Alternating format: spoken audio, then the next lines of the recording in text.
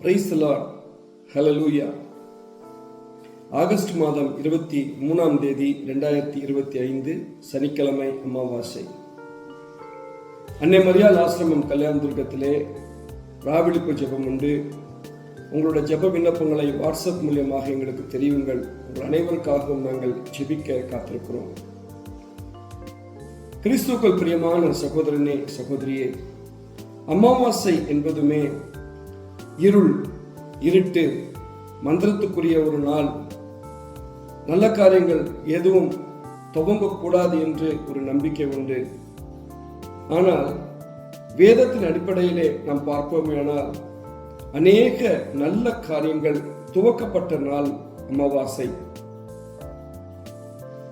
விடுதலை பயணம் 40ஆம் அதிகாரம் 1ஆம் வசனத்திலே கர்த்தராகிய தேவன் மோசேயிடம் ஒரு கட்டளையை கொடுக்கிறார். ஒரு காரியத்தை சொல்லுவதை பார்க்கிறோம். நான் மக்களை சந்திக்க எனக்கு ஒரு சந்திப்பு கூடாரத்தை நீ ஏற்படுத்த வேண்டும். நான் உன்னோடு வந்து தங்கியிருக்க ஒரு சந்திப்பு கூடாரம் நீ எழுப்ப வேண்டும் என்று மோசேனுக்கு ஒரு கட்டளையை கொடுக்கிறார். 16ஆம் வசனத்திலே மோசே அந்த கட்டளையை நிறைவேற்றுகிறார். இந்த 2 நாட்களுமே வேதம் சொல்லுகிறது, மாதத்தின் வருஷத்தின் முதல் மாதம் முதல் நாள் என்றால் அமாவாசை. யூதர்களின் கேலண்டர் பிரகாரம் மாதத்தின் முதல் நாள் அமாவாசை என்பதுதான். அது நிசான் என்று ஒரு மாதத்தை குறிக்கும். ஹல்லேலூயா, பிரைஸ் தி லார்ட். மோசே கர்த்தருக்கு ஒரு சந்திப்பு கூடாரத்தை ஏற்படுத்திய தினம் அமாவாசை தினம். கர்த்தரும் இதை ஆசீர்வதிக்கிறதை நாம் பார்க்கிறோம். கூடாரத்தை பணியை முடித்த பிறகு, சந்திப்பு கூடாரத்தின் பணியை முடித்த பிறகு அவர் காத்திருக்கிறார்.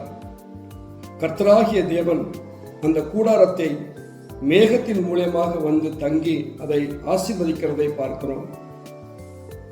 அந்த இடத்திலே மேகம் எப்படி அந்த இடத்தை மூடிற்று என்றால், மோசேனாலே இந்த கூடாரத்துக்குள்ளாக போக முடியவில்லையாம்.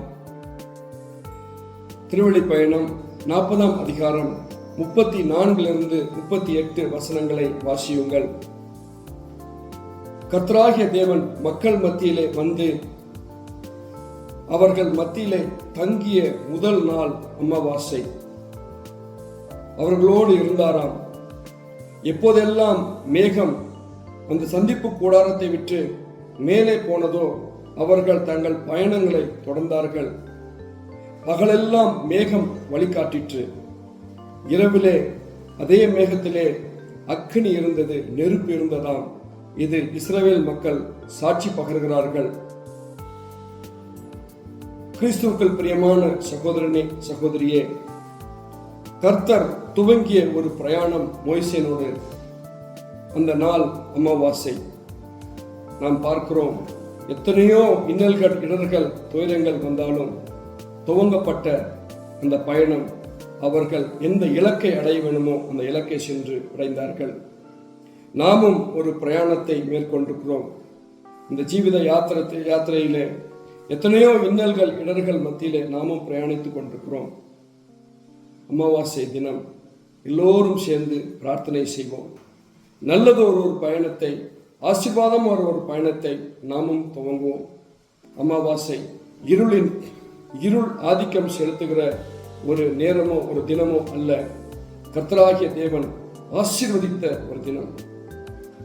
கர்த்தர் அமாவாசை தினத்தின் மாத்திரம்தான் நம்மை ஆசீர்வதிக்கிறார் என்று நான் சொல்ல வரவில்லை. ஆனால் அமாவாசை தினத்துக்கும் ஒரு தனி விசேஷம் உண்டு. கர்த்தர் வந்து மக்களோடு தங்கி ஆசீர்வதித்த தினம் அமாவாசை. அதே கர்த்தர் நம்மையும் நம் இல்லங்களையும் ஆசீர்வதிக்க இறங்கி வரட்டும். மோசேனோடு பார்வையில, மோசேனோடு தலைமையில இஸ்ரவேல் ஜனங்களை வழிநடத்திய தேவன் நம்மையும் இந்த இடத்திலிருந்து, இந்த பிரயாணத்திலே ஆசீர்வாதத்தோடு வழிநடத்தட்டும். அன்னை மரியாளோடு சேர்ந்து நாமும் இந்த வாழ்க்கையை பிரயாணிப்போம். கர்த்தராகிய தேவனாலே ஆசீர்வதிக்கப்படுவோம்.